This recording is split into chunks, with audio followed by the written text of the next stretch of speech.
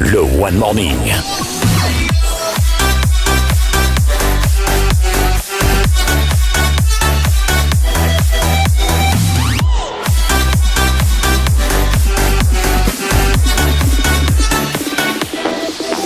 La matinale qui booste votre journée.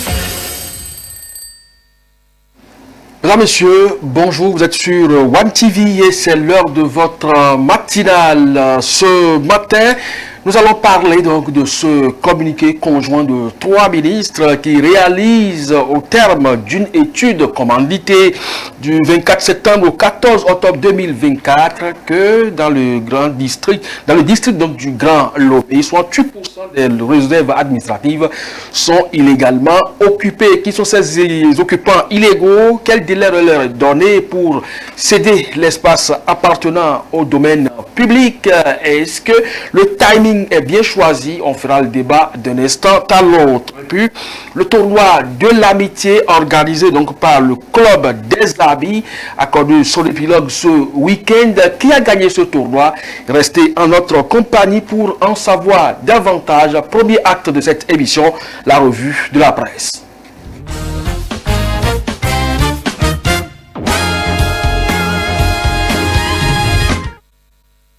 Sagita, bonjour. Bonjour Abitonou, bonjour à toutes et à tous et bienvenue dans la matinale. La matinale s'ouvre donc par des sujets abordés par la presse au Togo. Ce matin, on parlera de la résilience sociale, mais également la santé. Et c'est Togo Matin qui met en avant l'assurance maladie universelle AMU depuis son lancement en début d'année. Beaucoup restent peu familiers avec ces mécanismes. Jean-Pierre Tessy, ministre de la Santé, plaide pour une large sensibilisation. Il rapporte en ses propos en titre « Chacun doit devenir gardien du dispositif » et par ailleurs, le programme d'urgence pour les savanes se digitalise avec une plateforme pour optimiser les projets en réponse à la pauvreté et à la menace territoriale. En parallèle, Togo Matin informe que le pays poursuit l'opérationnalisation de la décentralisation avec la nomination des secrétaires généraux régionaux. Il évoque en effet le colonel Roda Baloawate avance à un rythme soutenu. Après l'installation donc des gouverneurs de région, le gouvernement franchit une nouvelle étape en procédant à la nomination des secrétaires généraux et des conseillers régionaux. On parle économie et également des avancées au niveau institutionnel. Et c'est l'économiste du Togo qui titre « Le Togo renforce son éligibilité au Millennium Challenge Corporation MCC et validant 16 indicateurs sur 20 selon le journal. Il titre « Le Togo conforte son éligibilité au programme Compact ».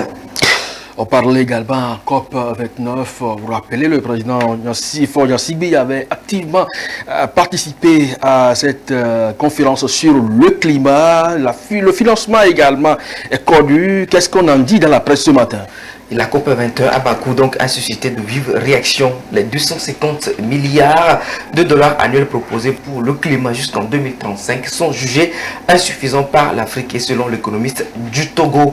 Par ailleurs, donc Lomé accueille donc des discussions autour des opportunités offertes par l'ASLECA pour dynamiser le commerce intra-africain dans le cadre de l'UEMOA renforçant les ambitions économiques régionales. On reste dans le domaine économique, mais cette fois direction le Bénin où économie et coopération internationale. La presse béninoise s'intéresse beaucoup à ces volets.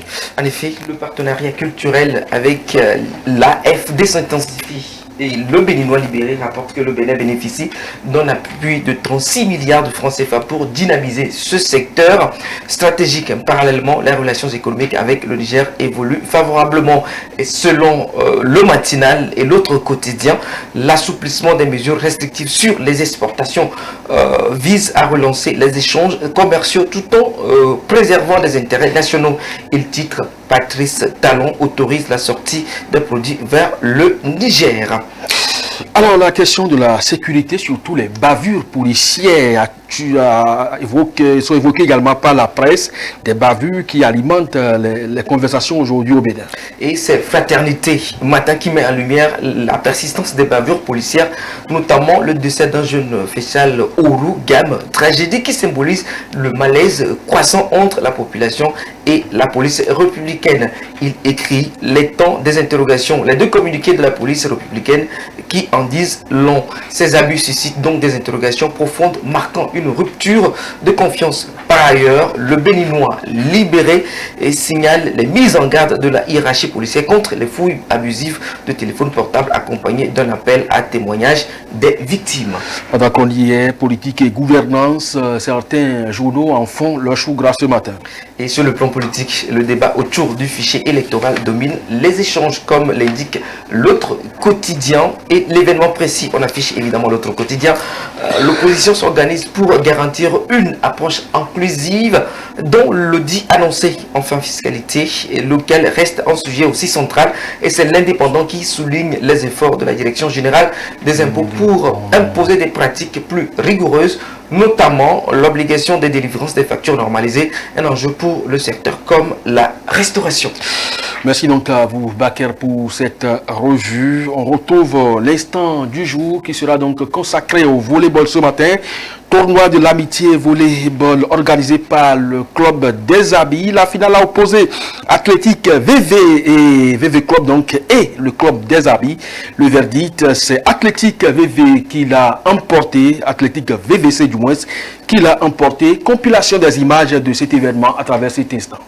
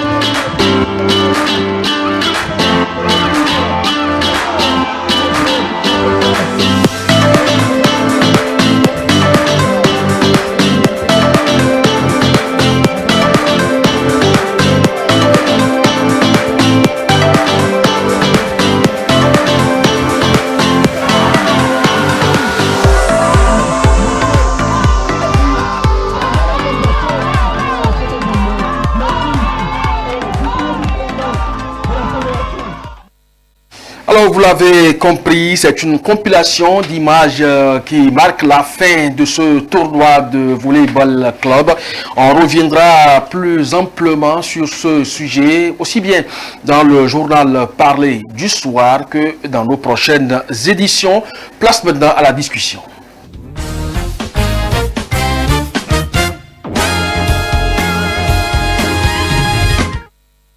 Ce 19 novembre, 3 ministres du gouvernement ont communiqué sur ce sujet. Du 24 septembre au 14 octobre, une opération pilote de recensement des domaines de l'État s'est déroulée sur toute l'étendue du territoire du district autonome du Grand Lomé. Le constat, c'est quoi? 68% des domaines de l'État sont illégalement occupés.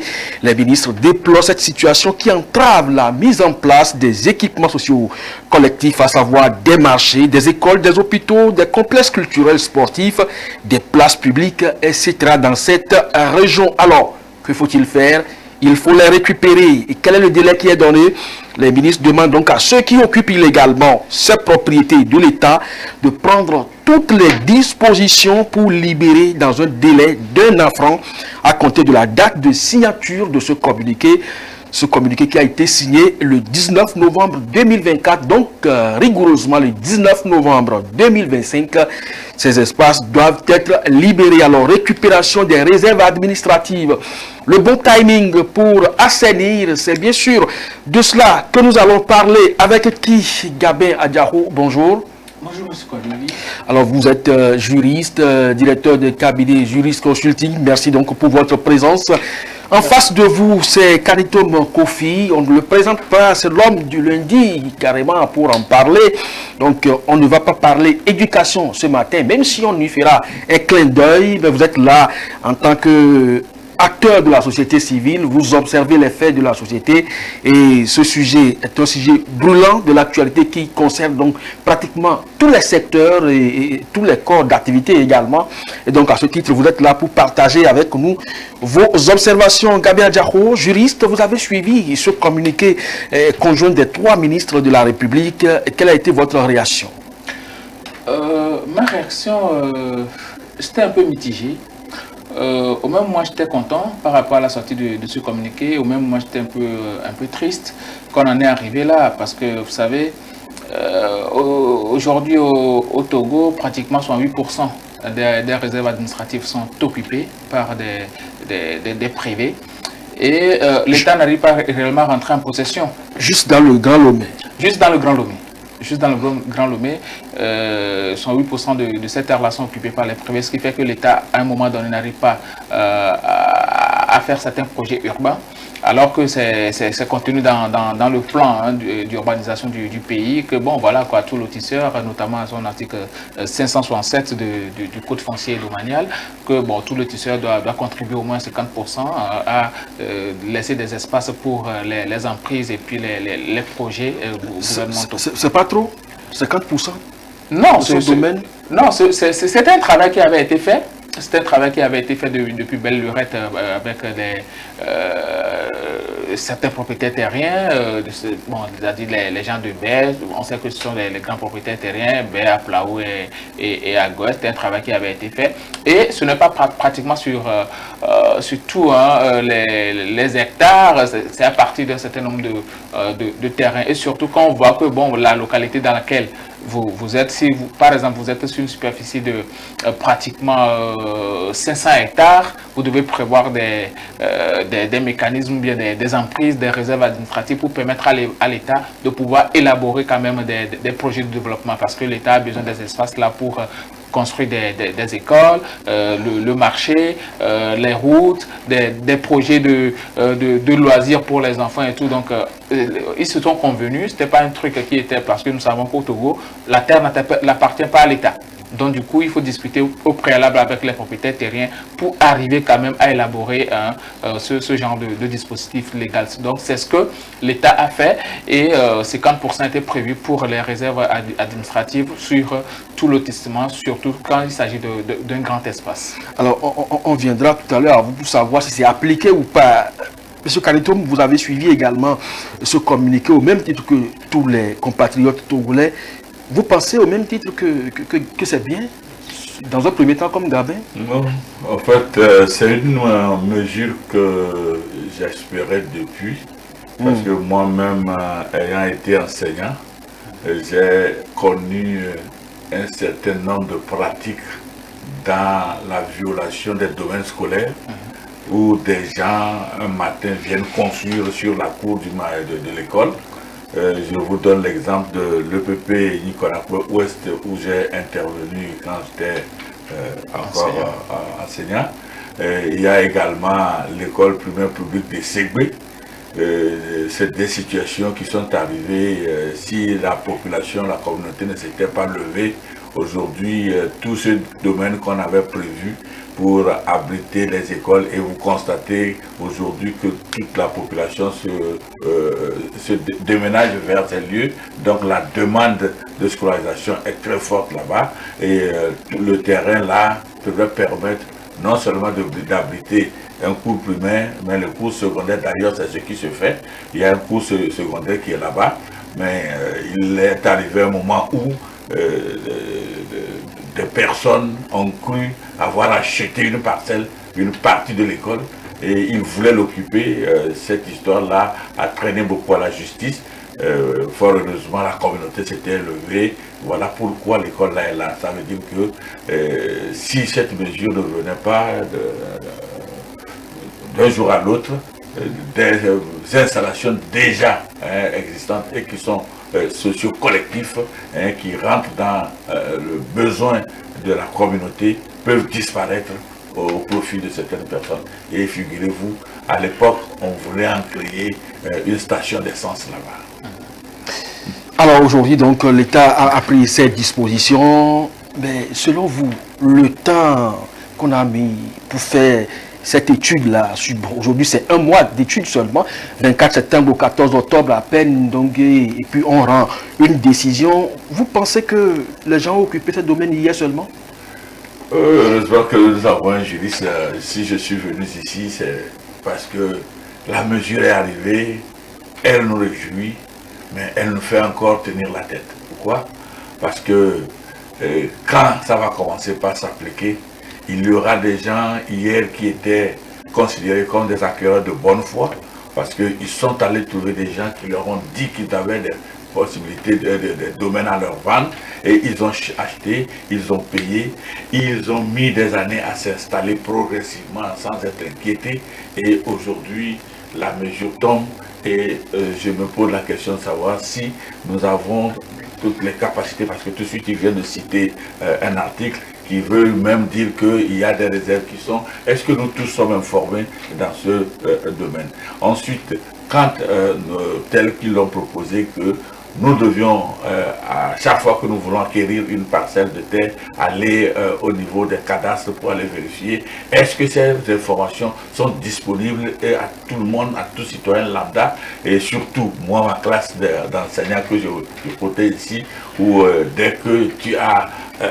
D'ailleurs, je voudrais préciser que le salaire de l'enseignant est un outil de travail comparé aux autres acteurs sociaux, parce que c'est dans nos salaires que nous préparons tout le cours que nous professons, alors que l'autre, quand il prend son salaire, c'est pour lui-même, parce que tout le matériel de travail l'attend, et quand il rentre, il s'en occupe, et quand il quitte, il laisse là-bas, le lendemain il revient. Donc quand vous levez des fonds sur ce salaire et vous vous débrouillez pour acheter un terrain, ne sachant pas que c'est un domaine de l'État, et un matin, et surtout si vous avez terminé votre carrière comme moi et que vous espérez un jour partir avec joie parce que vous avez servi le pays, on vous dit que le domaine est un domaine de l'État et que vous l'avez occupé, et on vous applique le terme illicitement, alors que vous, depuis tout le temps, vous vous dites que vous êtes un acquéreur de bonne foi, et vous subissez une double pénalité, parce que celui à qui vous avez remis l'argent ne sera plus là pour vous remettre l'argent. L'État aussi va va envoyer de ce terrain, et finalement, même il y a triple pénalité, parce que tout l'argent, tout l'investissement que vous avez mis là-bas pour pouvoir construire, tout ça là, vous allez regarder à l'air. Là, vraiment, je suis en train de dire que la mesure, c'est une très bonne mesure, mais ça tape sur les doigts de certaines personnes, ça va taper sur les doigts de certains citoyens, et ça va faire mal. Ça va faire mal. Est-ce que vous avez le sentiment que les 50% réclamés par l'article 517 de la loi numéro 2008 du 14 juin 2000 portant code foncier domanial, les biens immeubles et autres appartiennent dans un premier temps à l'État?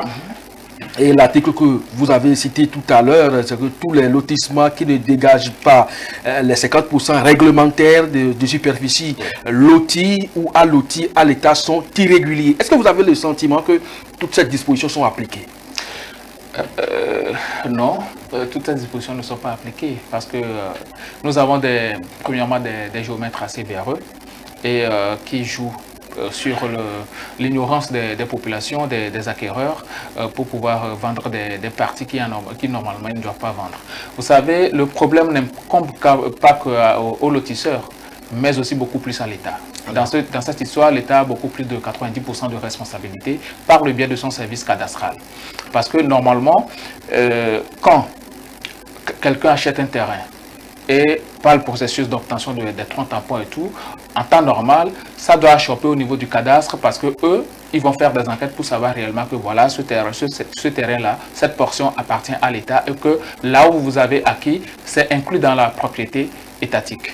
Et le problème aussi, c'est que l'ordre est intimé à l'État de pouvoir de pouvoir donner son nom ou bien acquérir véritablement ces portions-là qui lui sont accordées. Quand on accorde des réserves administratives à l'État, l'État doit arriver à faire les papiers en son nom. Parce que l'État représente une personne morale. Donc l'État doit avoir des papiers. Et quand l'acquéreur privé va au niveau du cadastre, quand il entame son processus, c'est là on lui dit non, voilà, c'est la réserve étatique, c'est la réserve administrative, donc voici les papiers. Et là, l'acquéreur peut se retourner vers celui-là qui lui a vendu le terrain. Mais bizarrement, il y a des gens qui ont des 3 tampons, qui ont tous les papiers sur ces réserves administratives-là. C'est un peu bizarre. C'est pourquoi aujourd'hui, je pense que la mesure est la bienvenue. Vous voyez, le communiqué est bien sorti, mais il va falloir faire beaucoup d'efforts pour pouvoir aider les gens. Parce que... Est-ce qu'en un an, on peut vraiment appliquer cette mesure d'ici novembre 2025? C'est une période qui a été donnée par l'État. Je ne sais pas sur quoi ils se sont basés pour pouvoir prendre cette période-là, pour pouvoir déterminer cette période. Même pour moi, quand tu vois tout le problème foncier qu'il y a premièrement, et aussi les gens qui ont occupé ces portions-là, surtout quand il faut penser au processus de dédommagement de certaines personnes, parce que le doyen vient de parler tout à l'heure d'acquéreurs de bonne foi. Ça veut dire que lui, ce n'est pas lui le problème. Imaginez quelqu'un qui n'a pas de pouvoir, un enseignant ou bien un privé lambda, quelqu'un qui travaille, qui grouille dur pour pouvoir acquérir son terrain. Je ne suis pas sûr qu'il va avoir, il aura quand même cette bonhomie-là d'aller acheter une réserve étatique. C'est impossible, il ne pourra pas le faire parce que lui-même se dit que voilà, il va tomber sous le coup de la loi et il n'y aura personne pour le sauver. Donc il y a certaines personnes, certaines personnalités qui ont acquis des réserves administratives, qui ont construit des immeubles là-dessus. Il y en a plein à Dubaï et autres, là, je ne vais pas citer des noms. Eux, même si on leur demande de déguerpir aujourd'hui, ils peuvent trouver où aller. Parce qu'ils ont beaucoup d'immeubles et autres là. Mais ceux-là qui ont travaillé par toute leur vie durant pour acquérir ce genre de terrain, les gens qui aujourd'hui survivent grâce aux pensions de retraite et qui n'est même pas assez reluisante, comment on peut dire à ces gens-là de déguerpir du jour au lendemain sans savoir où ils iront? Donc l'État a sa responsabilité dans cette affaire. Je pense que ceux-là qui se considèrent comme des acquéreurs de bonne foi, eux aussi, ils doivent s'associer. Ils doivent s'associer pour engager une discussion avec l'État, si on doit leur trouver d'autres terrains, ou bien si ils doivent se retourner vers leurs vendeurs. Certains ont acheté des terrains depuis les années 77, les vendeurs sont pratiquement déjà morts, et ça va être tellement compliqué pour eux de pouvoir se retourner contre leurs vendeurs. Maintenant, la période qui a été donnée aussi, c'est tellement court que du jour au lendemain, on ne peut pas déguerpir des gens de la sorte, des gens qui ont toute une histoire dans leur commune, dans leur localité, là où ils ont acquis leur terrain. L'État doit faire beaucoup plus d'efforts pour moi. La période est un peu très minimaliste pour pouvoir régler ce problème-là. Alors, est-ce que, selon vous, même si vous n'êtes pas juriste, vous voyez un fondement juridique autour de cette mesure-là? Bon, ce qui est écrit et on doit l'assumer, on doit l'appliquer. Je me dis, et c'est nous-mêmes qui disons aujourd'hui, que nous avons vraiment besoin d'espace pour que des installations se passent dessus, parce qu'on en a vraiment besoin. Et sans espace, c'est sûr qu'on aura des soucis. En seconde position, c'est que aujourd'hui, en tant que citoyens, tous nos regards sont focalisés sur l'État que nous trouvons comme le seul pouvant nous protéger dans l'acquisition de nos biens, dans la protection de nos biens. Et si jamais on était victime d'un abus de géomètres véreux ou de cédants véreux, c'est vers l'État que nous devons aller. Et cet État devrait déjà, moi je pensais, prendre les dispositions pour que nous, en tant que citoyens, nous ne tombions pas justement en conflit avec le même État qui est notre côté. Donc la proactivité au niveau du gouvernement. La proactivité était très, moi je pense qu'elle était très attendue pour qu'on puisse dire, parce que je ne vois pas quelqu'un qui, par exemple, difficilement réunit de l'argent et va trouver un domaine où on a bien mentionné domaine de l'État, réserve de l'État, et il va verser son argent là-bas pour défier l'État ou bien pour vouloir s'opposer à l'État. Ce ne serait pas fait. Donc, si des gens se trouvent dans ce domaine, c'est que moi, j'ai la présomption que c'est dans l'ignorance et qu'ils l'ont fait parce qu'ils ont été abusés par d'autres personnes qui maîtrisaient bien ces domaines-là et qui voulaient juste aspirer de l'argent de ces derniers. Voilà que, comme il l'a dit, il y a plusieurs personnes qui ont pris cet argent qui ne sont pas là. Malheureusement, c'est le ayant droit, celui qui se trouvait pensant qu'il était un acquéreur de bonne foi, parce que depuis qu'il a pris son terrain, le cédant n'a jamais été inquiété. Oui. Il vivait pleinement sa vie et ça veut dire que le terrain lui appartenait et il n'y avait aucun problème. Aujourd'hui, ce propriétaire est là tranquillement et c'est toi qui allais lui donner l'argent pour prendre le terrain qui va commencer par avoir des problèmes. C'est là où vraiment je suis en train de me dire que, ah ben, il y a la loi. Bientôt même on viendra, je vais poser la question à mon jeune frère pour voir si la mesure que nous avons, qui s'installe aujourd'hui, se fait par des personnes à un moment donné, ou bien c'est des dispositions, des mécanismes sont dûment écrits et consignés quelque part pour que dès que ça a commencé aujourd'hui, même si cette équipe-là venait à partir dans la continuité, l'idée de la continuité de l'État, tous ceux qui viendront vont commencer par faire cela. Ensuite, je suis en train de me dire, oui, pour le district de Grand Lomé et puis à Gouin, tout ça là, je pense que le délit est consommé, on ira au jugement. Mais à côté, il y a d'autres localités qui sont en pleine urbanisation. Oui, cette question est prévue. Alors, comment en arrive-t-on là? Quelles sont les mesures qui sont prévues? Parce qu'aujourd'hui, si l'État sort ce communiqué, je prends par exemple la loi, surtout le numéro 577 de cet article-là, ça veut dire que même bien avant ça, forcément, il y a des dispositions qui encadrent les lotissements.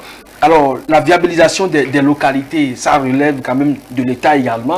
Qu'est-ce qui est fait pour anticiper aujourd'hui de pareilles situations? Parce qu'on parle effectivement, comme M. Kantoum le dit, de Grand Lomé. Alors, au-delà de Lomé, il y a beaucoup d'autres régions qui sont en pleine urbanisation aujourd'hui. Est-ce que du jour au lendemain, on ne va pas assister au même communiqué? Vous savez, malheureusement, on est juste à l'étape de l'information et de sensibilisation.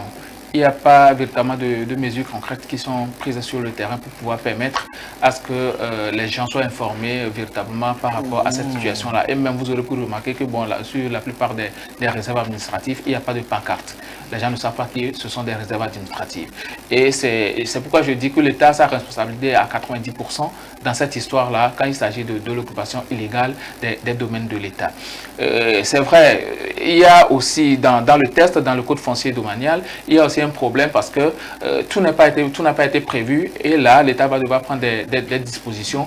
L'État invite les citoyens des gardiens de ces réserves administratives là, parce que le communiqué dit, le ministre invite donc la population à redoubler de vigilance pour dénoncer systématiquement toute occupation ou tentative d'occupation d'une réserve administrative en s'adressant aux services compétents cités ci-dessus. Vous savez, moi je ne veux pas dire un certain nombre de choses parce qu'il s'agit peut-être d'une fuite de responsabilité. Tu ne peux pas demander à un Togolais lambda de reconnaître un domaine de l'État. C'est impossible de pouvoir lui demander cela. Et de signaler toute occupation.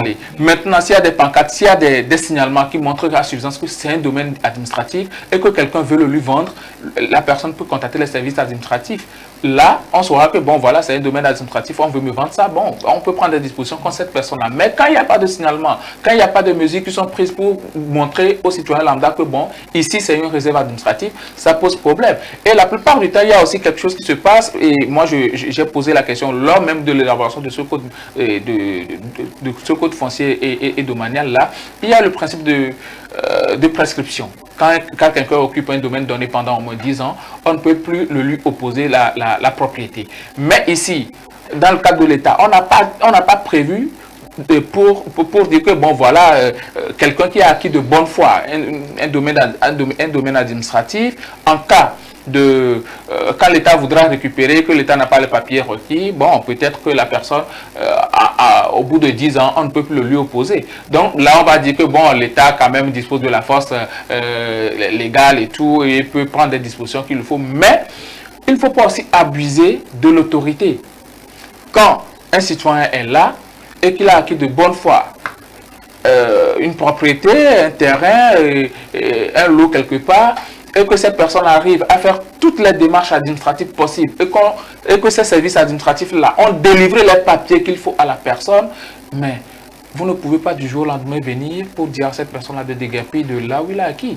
Ça peut créer des conflits. C'est une bataille juridique qui s'annonce. Voilà, donc ça peut créer des conflits. Ici, l'article que je citais... Le conflit qu'il évoque serait encore plus difficile parce que je vous dis et je vous répète que c'est tout ce que la personne a en travaillant et enseignant qu'il a investi dans l'acquisition de cette petite parcelle. Malgré toutes les dispositions pour alléger les pénibilités de l'obtention des papiers administratifs sur le terrain, combien de fonctionnaires ont aujourd'hui, ne serait-ce que même la levée topographique de leur terrain. Lui, il a acquis, il a construit sa case et il s'arrête là, il vit parce que le reste de l'argent qu'il a, c'est ça qu'il convertit en ciment, en sable, en tôle. Et il n'a pas encore fini, après 30 ans de service, 35 ans de service. D'abord, c'est un problème parce que moi, je serais même ici pour plaider à ce que le cadastre fasse de sorte que si c'est un fonctionnaire qui a acquis un terrain, qu'on se saisisse de lui et qu'on fasse des prélèvements sur son salaire pour lui donner les papiers qu'il faut. Ça va arranger beaucoup de situations parce que là... c'est déjà une mesure que vous proposez. Oui, c'est une très bonne solution. C'est un plaidoyer que je suis en train parce qu'ailleurs, nous avons vu que c'est l'État qui dispose des terrains et qui cède les parcelles. Donc les parcelles. Et comme cela, personne ne peut aller s'installer dans une parcelle non cédée. Ici, c'est la population, c'est les gens qui cèdent les parcelles. Des fois même, vous allez, ils vous disent, ah, on nous avait dit que ici c'était une réserve. Ils ont le terme là, nous avons cassé la réserve. Et on refait un autre plan. Et ce plan est visé. Et on vient, on vous montre, regardez, on a vu. Vous voyez des gens qui ont signé ce plan, ce nouveau plan, et qui ont cassé la réserve. Et on vous dit, bon, maintenant, nous avons, le terrain nous a été retourné. Vous savez, moi, avec mon âge, j'ai vécu, ne sachant jamais que la route d'Avido Gomé, qui avait 70, qu'elle était prévue sur 70 mètres. Mais quand le président de la délégation spéciale, alors M. Aboka, a commencé par faire les jeux, nous tous avons crié, mais qu'est-ce que ce monsieur fait? C'était comme de l'usurpation, alors que ce monsieur ne faisait que respecter le droit. Personne n'avait jamais su. Vous voyez, c'est vers la fin que nous nous sommes rendus compte qu'en effet, la parcelle là, il fallait jamais construire. Alors que si des gens avaient construit sur ça, vous voyez ce que ça aurait créé. Donc les tests sont là, mais non divulgués, ou du moins les populations ne se sont pas appropriées. Est-ce que c'est nous-mêmes qui... D'ailleurs, moi j'ai toujours enseigné depuis là. Je n'ai jamais eu à aborder mes élèves avec cette tête-là. Puisque moi, je ne les connais pas d'abord. Et ensuite, je n'ai jamais des choses appris ça. Donc, ça veut dire que toutes les générations qui sont passées par moi, s'ils ne sont pas allés retrouver ça quelque part, ils seront aussi ignorants comme moi de cette disposition. Alors, tout à l'heure, Gabriel le disait par rapport à une propriété que vous avez sur une parcelle que vous avez occupée pendant 10 ans. Mais l'État a été, on ne peut plus clair, conformément donc aux dispositions de l'article 517 de la loi numéro 2018-05 du 14 juin 2018 portant code foncier et domanial. Eh bien, il est bien dit, les biens immeubles du domaine public, naturel et artificiel de l'État sont inaliénables, imprescriptibles et donc insaisissables. Ça voudra simplement dire que vous pouvez passer 30 ans dessus. Lorsque l'État se lève un matin et estime que ce domaine me revient de droit et que je veux réaliser des infrastructures socio-communautaires, écoles, hôpitaux, là, marchés... ça parle beaucoup plus de biens. Oui, mais bien, il est bien immeuble comme... Donc, c'est sa terre. Dans le même test sur le droit de propriété, il a été dit que l'État peut céder par lui-même ses biens meubles ou immeubles à des gens privés. Dans le même test. Mais ça, il n'a pas désiré ici. Donc, c'est pourquoi je dis qu'il y a une certaine contorsion dans le test. Maintenant, il y a des gens qui savent très bien qu'il y a un domaine qui appartient à l'État. Mais, compte tenu de leur pouvoir, de leur position, ils sont allés pour construire là-bas. Donc, je pense que l'État... Éprouver les tests alors. Voilà. L'État, aujourd'hui, vous savez, à chaque moment, nous devons questionner les tests que nous avons. Et aussi, il faut donner l'exemple. Parce que qu'est-ce qu'il y a aujourd'hui? On ne va pas déguerpir les petits poissons, les menus frettins. il faut commencer par le haut. Ceux-là qui sont des autorités, des personnalités, qui savent en connaissance de cause que voilà le domaine de l'État, mais ils sont quand même appropriés celui-là. Il y en a comment dire, à Kégui, plein, qui a construit sur un domaine administratif, mais je ne suis pas sûr que si on va pouvoir le déguerpir demain. Je viens de citer le cas de Adouba. Entre-temps, il faut remercier le maire Aboka, l'école primaire de Amanda Romé. Mais c'est parce qu'il a déguerpi les gens de là qu'on a pu construire cette école-là. À ce moment-là, on dit que non, c'est un maire, il casse beaucoup et il renvoie les gens, il ne fait pas bien les choses. Mais il a fait pour la population. Aujourd'hui, les mêmes personnes qu'on a déguerpi, leurs enfants fréquentent dans cette école-là. Vous voyez? Donc aujourd'hui, si l'État veut bien faire les choses, au prime abord, il faut prendre des dispositions. Il faut informer la population. Voilà, nous avons pris des dispositions pour pouvoir déguerpir ceux qui occupent de manière illicite les domaines administratifs. Qu'est-ce qu'il faut faire? Ceux-là qui sont des acquéreurs, qui s'estiment comme des acquéreurs de bonne foi, ils peuvent venir signaler, apporter leurs papiers, les papiers qu'ils ont sur leur terrain, apporter ça au niveau des services compétents, ou bien même créer un cadre pour pouvoir permettre de pouvoir recevoir ce genre de dossier. Et on va pouvoir répertorier ces personnes-là pour pouvoir leur faire droit. Vous voyez? Ensuite, ceux-là qui savent en connaissance de cause, ou bien ceux-là qui n'ont pas encore de papier sur ce terrain-là, alors on peut le leur enlever. Et je pense que pour donner le bon exemple et informer la population, mais il faut commencer par les autorités, les personnalités, les riches, les opulents qui ont occupé quand même ce terrain-là de manière illicite, illégale, en connaissance de cause. Et là, la population sera que, ah, si on le fait à celui-là, c'est que à moi, on peut me le faire aussi et que je dois être beaucoup plus regardant en allant acquérir un terrain. Monsieur le juge, vous voulez que je vous dise? Je suis certain que quand je sortirai d'ici, la première démarche que je vais faire, c'est d'aller au cadastre pour vérifier, parce que jusque-là, je ne sais pas si Internet se trouve dans les 68%.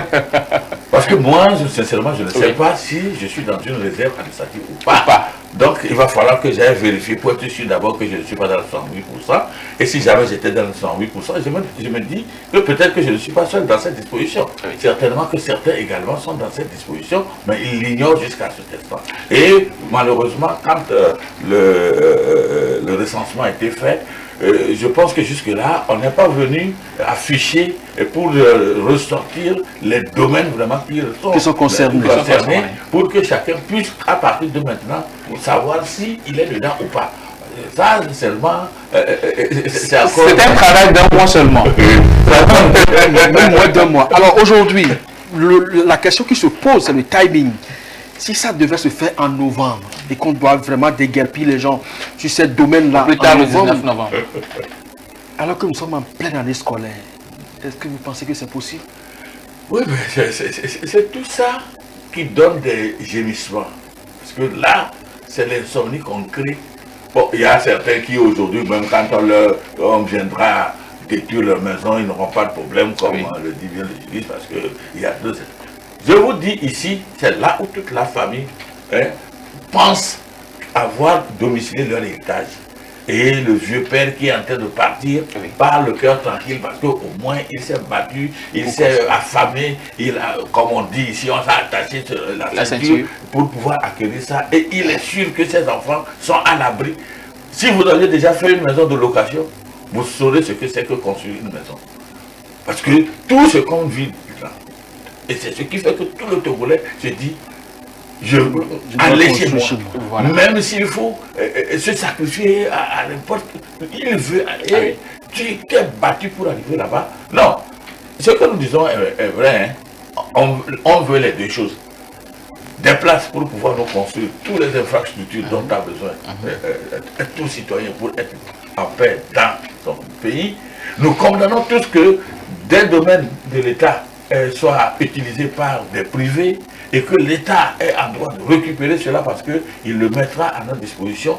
Mais nous plaidons également parce que nous avons occupé peut-être ces domaines-là dans la stricte ignorance et nous ne savions pas qu'un jour ce problème devrait arriver parce que nous avons pris beaucoup de temps à y rester. On s'est complaint dans cette chose et qu'aujourd'hui ça se lève contre nous comme un feu ardent et ça va nous brûler vraiment. Et quand ça va nous brûler, moi je suis encore très fier parce que c'est vers l'État que nous irons pour demander la protection. Ils iront vers l'État pour demander la protection en pleine année scolaire. Peut-être des écoles sont sur ce domaine-là, on ne le sait jamais. Il y a des structures étatiques peut-être, on ne sait jamais non plus. Mais beaucoup plus ces parents qui sont sur ce domaine et qui ont leurs enfants dans des écoles alentours et qui n'auront pas les moyens pour libérer les espaces avant 12 mois. Est-ce que vous pensez que la période est vraiment la bonne, 19 novembre 2025 déjà? Non, je pense que c'est un travail qui peut se faire sur pratiquement 5 ans. Sur pratiquement 5 ans pour pouvoir donner la certitude à ces gens-là de pouvoir se loger. Parce qu'il ne faut pas juste prendre en compte les parents qui ont acquis le terrain, mais il faut aussi prendre en compte les familles, il faut aussi prendre en compte les enfants, les femmes, parce qu'il y a certaines femmes, elles vendent dans des marchés d'à côté et autres là. Donc je pense qu'il faut prendre des dispositions pour pouvoir aider toutes ces personnes à pouvoir se retrouver, à s'intégrer à leur nouveau logement. Parce que pour moi, c'est très important. L'État a quand même donné un timing, mais nous sommes dans un mandat social aussi. Nous sommes dans un mandat social, il faut prendre toutes les dispositions pour pouvoir aider ces populations-là. Donc, c'est pourquoi je le dis, il y a des gens qui sont des acquéreurs. Ceux-là qui sont des acquéreurs de bonne foi, je peux dire, ils peuvent faire 99%. Je vous assure. Les gens ont joué sur l'ignorance de ces personnes-là, sur la méconnaissance des tests de ces personnes-là pour pouvoir faire un certain nombre de choses. Et il y a certains Togolais... ils sont à l'étranger, ils ont construit ici, sur des domaines administratifs sans pouvoir le savoir. Vous voyez? Parce qu'ils n'ont pas eu à faire les enquêtes qu'il faut et tout ça. Et ceux-là qui les... donner toute l'assurance. Voilà. Et ce qui est encore mal, c'est pourquoi je dis à un moment donné, nous devons questionner nos services administratifs. Par exemple, la catastrophe. Quand quelqu'un travaille, il acquiert un terrain, et puis... on lui fait un reçu, c'est par là que tu commences, il a le plan et tout ça, il va au service cadastral pour pouvoir commencer par faire le papier, déjà le bornage et tout. En temps normal, on doit pouvoir consulter les archives pour voir si ça appartient à l'État ou pas. Et le problème aussi, la plupart du temps, c'est que ça appartient certes à l'État, mais l'État n'a pas immatriculé ça en son nom. Et ça pose problème, parce que là, le service administratif ne peut pas se retrouver, le cadastre ne peut pas se retrouver pour savoir que, bon, ce domaine-là appartient à l'État, parce que ce n'est pas immatriculé au nom de l'État. L'État est une personne morale. Toutes ces réserves administratives doivent être inscrites en son nom, doivent être immatriculées au nom de l'État. Comme ça, quand on consulte les archives, on sait en même temps que, voilà, ça c'est une réserve administrative, monsieur, vous ne pouvez plus continuer les démarches. Donc, à ce moment-là, le monsieur peut se tourner vers celui-là qui lui a vendu, vers le vendeur, pour pouvoir avoir droit, et ça lui donne une certaine lassitude juridique rapidement. Mais, si l'État ne fait pas sa part, et que le service administratif cadastral aussi ne fait pas sa part, alors ça pose problème. Et on dit souvent, le doute profite à l'accusé. Ceux-là qu'on accuse aujourd'hui, ce sont les acquéreurs. Mais en réalité, qui a fauté? C'est l'État et son service administratif qui a matière à pouvoir juguler ce problème-là. Donc si eux, ils ont manqué à leur obligation, ce n'est pas un citoyen lambda qui ne connaît pas ces tests-là, qui a en méconnaissance des voies et des mesures à prendre pour pouvoir acquérir un terrain qui va être beaucoup plus en mesure de pouvoir protéger l'État. C'est l'État qui doit protéger le citoyen et non le contraire. Alors, oui, je voudrais peut-être revenir sur un élément. Vous parliez de la période du 19 novembre. Vous faisiez allusion aux écoles, aux structures de santé administratives qui sont là-bas et qui accueillent déjà des élèves. Je pense que ces infrastructures administratives, si vraiment c'est elles qui sont dans le domaine là, elles sont dans leur domaine. C'est sûr que l'État ne va jamais les enlever, même si l'État... Oui, bon, il y a beaucoup plus de populations qui viennent là-bas. Voilà, c'est l'État l'enlevait, l'État va encore ériger ces trucs-là là-bas. Bon, mais ce que moi je dis aussi, et que je pense que déjà l'État doit commencer par nous assurer dans cela, s'il y avait des dispositions, parce que la plupart de ces domaines, quand on regarde, c'est rien que les fonctionnaires qui ont acheté ça. Parce que c'est là où ils ont pu juste, je vais acheter ce terrain, vu la distance qui sépare le lieu de mon lieu de travail, et ça va me permettre d'économiser. Et si au moins il y avait un dispositif, un mécanisme qui était implanté dans les différentes fonctions pour que quiconque veut acheter un terrain puisse aller s'inscrire et que l'État, qui est notre protecteur, puisse nous aider déjà dans la conception des choses, des différents documents, même avec des mesures comme la banque fait, de prélèvement par tranche. Dès que vous allez, vous dites, je veux acheter ce terrain, le plan, le cadastre, lui, il sait en même temps que ce terrain que vous voulez acquérir n'est pas un terrain, donc ne peut pas vous cautionner pour que l'État puisse vous permettre de pouvoir acquérir ces papiers. Et beaucoup de fonctionnaires seraient à l'aise aujourd'hui. Hein.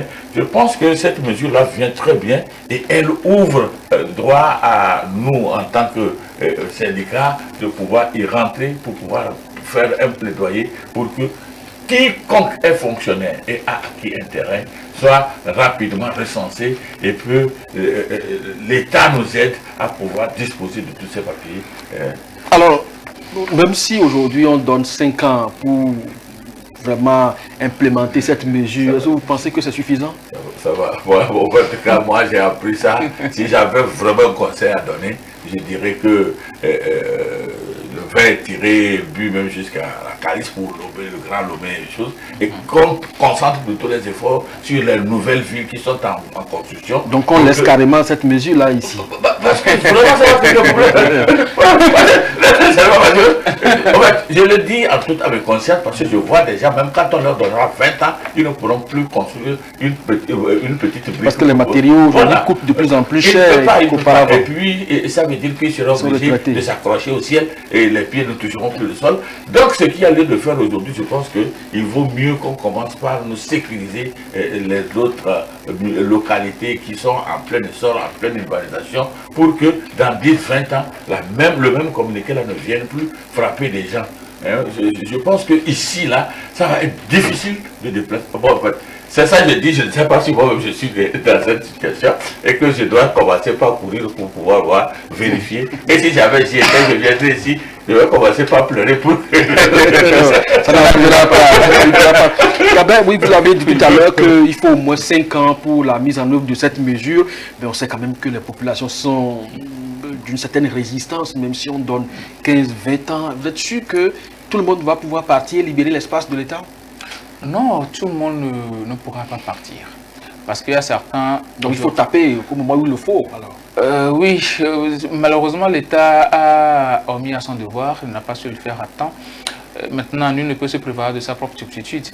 Et quand ce genre de situation se présente, je pense qu'il faut trouver des moyens, des mécanismes. Je ne sais pas si l'État doit trouver une superficie quelque part pour construire des villas afin d'accueillir ces populations-là qui vont être déguerpies, ces populations de bonne foi là qui ont acquis des terrains qui aujourd'hui ne peuvent plus acheter d'autres terrains et puis construire. Si l'État peut faire cela, c'est des mesures sociales qu'il faut prendre actuellement. Ou bien les dédommager aux frais de ce qu'ils ont construit, parce que peut-être quelqu'un il a dépensé 10 millions pour construire sa maison, l'État au moins peut lui accorder un taux forfaitaire au moins à 9 millions pour pouvoir aller chercher quelque part ou bien ou construire. Oui, ça va être très difficile certes, mais bon, c'est deux mesures que je suis en train de proposer, puisque l'État dispose de la force. Sinon, vous savez, nous sommes dans un pays de droit aussi. Puisque vous estimez que l'État peut toutefois disposer d'une réserve administrative autre quelque part pour construire, reloger donc ces populations, mais pourquoi ne pas alors leur laisser en même temps, comme M. Kantoum le suggère, ces réserves qui sont déjà occupées? Le problème, c'est qu'il y a un plan directeur de la ville de Lomé et du Grand Lomé. Il y a un plan directeur. Ce qui fait que il y a des structures qui sont prévues pratiquement dans chaque commune, dans chaque communauté pour pouvoir permettre aux populations qui sont dans ces localités-là de pouvoir vaquer librement à leurs occupations. Donc si l'État ne prend pas des dispositions pour pouvoir construire cela, ces zones-là ne seront pas véritablement bien viabilisées parce qu'il y a certains qui ont construit peut-être sur des voies où on peut même faire des canaux pour l'adduction d'eau et autres là. Donc ça va être tellement compliqué pour l'État. Heureusement, aujourd'hui, il y a des dispositions qui sont prises parce que la dernière fois, j'étais allé jusque dans un village devant Tchévier, là-bas on appelle Havé, où on prévoit construire un aéroport. Il y a des dispositions qui sont prises pratiquement sur toutes les voies. Il y a des plots qui sont mis pour pouvoir faire des indications. Je pense que c'est un travail qui a commencé comme cela. Maintenant, sur les dispositions que l'État est en train de prendre actuellement, je pense qu'il y a des problèmes. Il y a véritablement des problèmes et il faut prendre des mesures sociales en amont pour pouvoir calmer la population. Parce que là, si ces populations font un collectif, il y a tellement de collectifs déjà dans ce pays en matière des problèmes avec l'État. Hein. Donc, s'ils font un collectif pour aller porter plainte, que ce soit au niveau de la justice administrative togolaise ou bien que ce soit au niveau de la Cour de justice de la CEDEAO, l'État ne pourra pas s'en sortir. parce que c'est à l'État de protéger la population. Je l'ai déjà dit, si l'État a omis à son devoir, ça va être problématique. Donc il ne faut pas user juste de la force, il ne faut pas prendre un communiqué. Je pense que le gouvernement togolais, il y a véritablement des gens très humains dedans, et que le président lui-même il est en train de prôner un mandat social. Je pense qu'il va réfléchir à cela, rassembler ces gens-là qui ont acquis des terrains de bonne foi pour pouvoir construire, des fonctionnaires pleins. Ce sont plein de fonctionnaires qui sont déjà à la retraite, qui vivent difficilement. Déjà, pour acheter des médicaments, c'est tellement compliqué. Il ne faut plus leur ajouter de la peine à ce qu'ils vivent déjà. Donc, je pense que l'État doit prendre des mesures. Sinon, dire aux gens, quitter ici et puis vous donner juste une période d'un an, de 5 ans, de 10 ans, de 15 ans, ça ne pourra jamais se faire. Il faut prendre des mesures qui puissent encourager ces personnes-là de partir et qu'ils soient encore en vie avec nous. Oui, je ne sais pas si mon information est juste. Quand on allait transférer la capitale nigérienne à Abuja, il paraît qu'il y avait une ancienne ville, mais une localité ancienne. On a contourné cette localité en la préservant là-bas et on a mis les bonnes infrastructures autour et la ville s'est développée tout en gardant l'authenticité. Voilà, donc, voyez, oui, je pense que c'est dans ce truc-là que quand tu vois quelque chose qui t'intéresse, que tu es en train de dire, bon, Lomé c'est bien, on avait prévu tout ça avec les plans directeurs, comme vous l'avez dit, que ceci devait être ici, ceci devait être là, mais nous constatons tous que par nous tous, nous avons fauté et nous avons endommagé tout ce plan directeur-là. Bon, est-ce que nous allons toujours nous en tenir à rester dans le grand district de Lomé, ou bien nous allons penser à migrer vers une autre localité en plein essor où beaucoup de gens ne sont pas encore installés pour pouvoir prendre les dispositions et faire de sorte que dorénavant, aucune localité qui va s'urbaniser ne peut nous donner ce problème. Je pense que nous gagnerons beaucoup en économie et en stress parce que regardez combien de personnes sont d'abord dans cette histoire et qu'il faut pas... D'ailleurs, l'État ne va pas contenir tous les pleurs parce que bon, je pense que les plus diluviennes là ne créent pas tellement d'inondations. Hein. Les pleurs, la seule... C'est un bon point que votre vient d'évoquer tout à l'heure. Je pense qu'il y a un projet comme ça pour la ville de Djagbé en allant. Voilà. Ce qui fait que, bon, aujourd'hui, moi j'ai un parcelle au niveau de Raote et Sévagan, ce niveau-là. C'est toute une structure qui a été mise là-bas aujourd'hui pour acquérir des terrains dans cette localité. Il faut approcher la préfecture, vers la mairie et tout, et même les chefs du village, ils signent l'acte de vente et tout ça. Donc je pense qu'il y a de ces mesures-là qui sont bien prises pour pouvoir développer ces localités-là de Djagbé, Tchévier, vers Batopé et autres là, pour pouvoir permettre aux populations de pouvoir migrer vers aussi ces zones-là, laisser un peu libre la zone de migrer vers David, Tchévier, ces localités. Bon, des fois quand j'arrive là-bas, je lève la tête. C'est tout comme jusque-là. Encore, nous ne connaissons pas où se trouvent les réserves administratives. Et je me dis que des gens vont encore s'installer dans 10-20 ans. La même situation va commencer. Non, pour Lomé, c'est bien. On a vu Lomé arriver à sa limite. Et maintenant, ce qu'il faut faire, moi je pense que vraiment c'est un plaidoyer que je suis en train de mener, qu'on puisse voir si on ne peut pas quitter. Lomé, ça attire, ça tout, hein, mais si on peut quitter Lomé pour aller développer de grandes villes ailleurs, je pense que ça va nous aider. Et vous voyez même aujourd'hui, Lomé se dépeuple,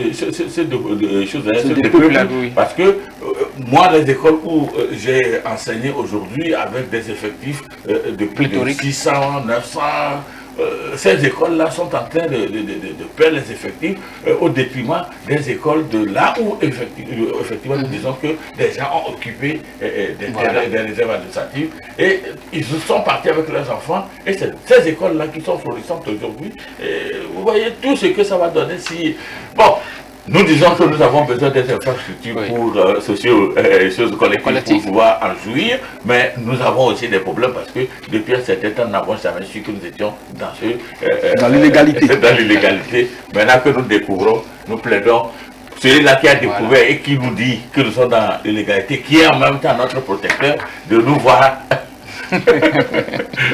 Alors on va finir donc cette émission. On reconnaît donc officiellement que en même temps que les populations sont peut-être dans leur bonne foi, mais sont ignorantes des réalités et de droit en matière d'acquisition de parcelles.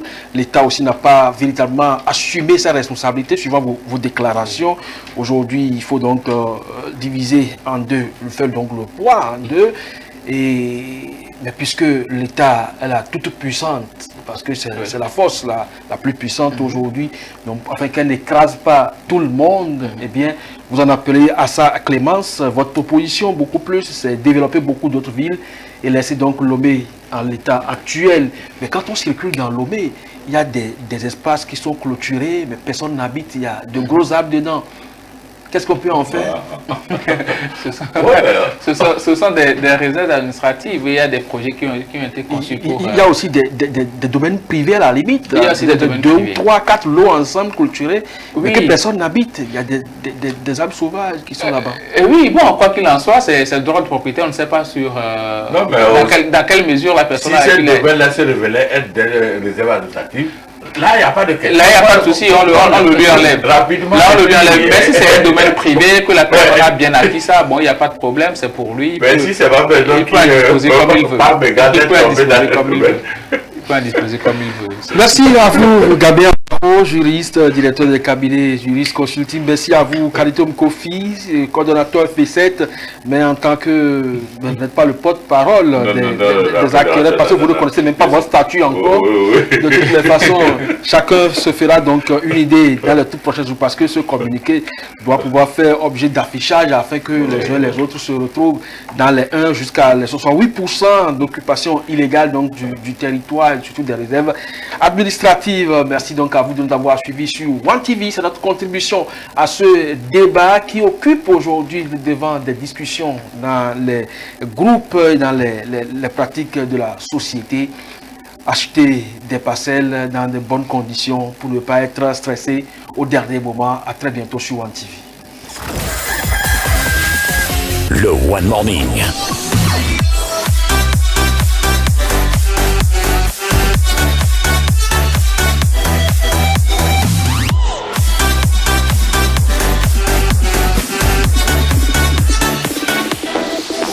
La matinale qui booste votre journée.